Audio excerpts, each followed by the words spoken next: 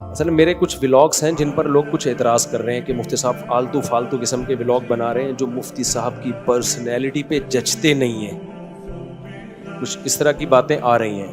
کبھی منہ پہ رومال لپیٹ کر بکری خریدنے جا رہے ہیں, کبھی منڈی میں گائے خریدنے کا ولاگ بنا رہے ہیں. کیا اچھی چھوری حرکتیں مفتی صاحب نے شروع کر.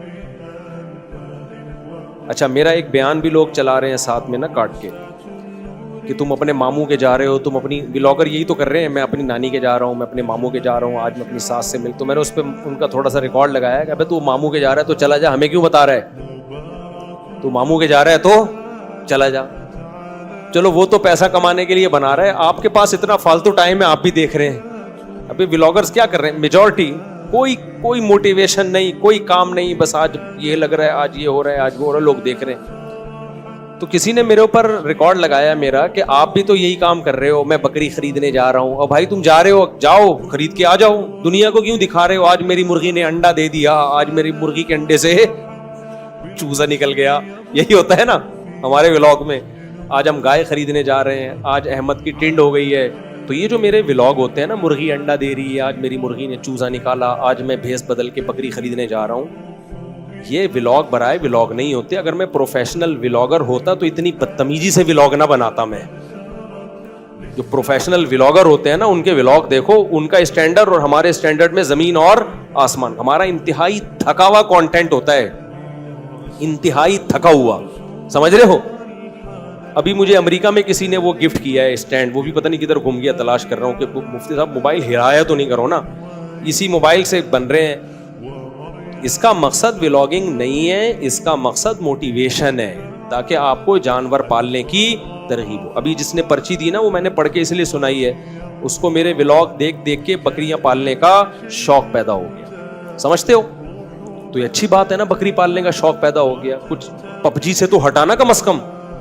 دودھ آئے گا گھر میں, آرگینک دودھ آئے گا, خالص دودھ آئے گا, توازو پیدا ہوگی, آرگینک گوشت کھانے کو ملے گا, جانوروں کی نسل بڑھے گی, گوشت کیا ہوگا اس سے, سستا ہوگا. باہر ملکوں میں اتنا موٹیویٹ کیا جاتا ہے نا جانور پالنے والوں کو کہ آپ کی سوچ ہے, وہ غریب ملک نہیں ہے, ارب پتی ملک ہیں, پھر بھی گائے بکری پالنے والوں کو موٹیویٹ کیا جاتا ہے گورنمنٹ کی طرف سے. ارب پتی ملک ہیں, آپ غریب ملک ہو اور آپ بکریاں پالنے والے کو ڈی موٹیویٹ کر رہے ہو. ناروے میں جب تھا نا, اتنا ارب پتی ملک ہے,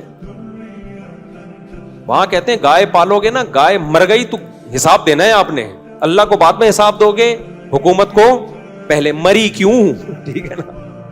وہ کہتے ہیں ہمارا ملک کا ایک سرمایہ ضائع ہو گیا, اور ہم غریب ملک ہے, اور ہمارے ہاں لوگوں کو کوئی حوصلہ افزائی نہیں ہو رہی کہ آپ مرغیاں پالو, یہ پروڈکٹ بڑھے گی تو گوشت سستا ہوگا نا. کیا خیال ہے, دودھ سستا ہوگا, گوشت سستا ہوگا. پبجی سے ہٹیں گے لوگ, ویڈیو گیم سے ہٹیں گے لوگ. تو یہ ترغیب دینا. اور بقرعید کے ولاگ جو میں بناتا ہوں, اس سے مسلمانوں کے مذہبی تہوار کو سیلیبریٹ کرنے کی موٹیویشن ہے. اس میں یہ تہوار ہے تو اس کو طبیعت سے انجوائے کیا کرو, سمجھ رہے ہو. کیونکہ آہستہ آہستہ اہل اسلام میں مذہبی تہواروں کو منانے کا جذبہ بھی ختم ہو رہا ہے. اس سے آپ کا مذہب سے رشتہ کیا ہو جائے گا, کمزور.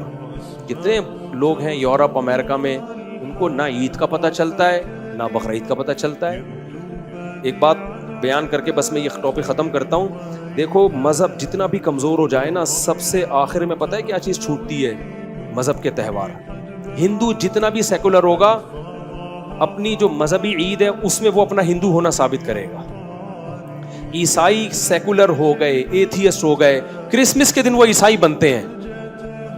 تو سب سے آخر میں مذہب کی جو چیز چھوٹتی ہے نا, وہ کیا چھوٹتا ہے, تہوار. تو اگر کسی قوم سے مذہب کے تہوار چھوٹ گئے نا, عیدیں چھوٹ گئیں, اس کا مطلب وہ مذہب ختم, نام و نشان ختم. سینکڑوں نہیں, ہزاروں نہیں, لاکھوں مسلمان ہیں مغربی ملکوں میں جنہیں نہ عید کا پتہ چلتا ہے اور نہ بقرعید کا. یہ بہت ڈینجرس بات ہے. اس کا مطلب آپ کا مذہب سے جو آخری گرہ تھی نا, وہ گرہ بھی ختم ہو گئی. تو اس لیے اپنے تہواروں کو بچا کے رکھنا یہ ہمارے مذہب کا حصہ ہے, یہ ہمارے مذہب کا حکم ہے. تبھی میں جب یورپ امریکہ جا کے بیان کرتا ہوں نا, ان لوگوں کو بولتا ہوں بھائی رمضان کو صحیح طرح سے منایا کرو, پتہ چلے دنیا کو رمضان آیا ہے مسلمانوں کا.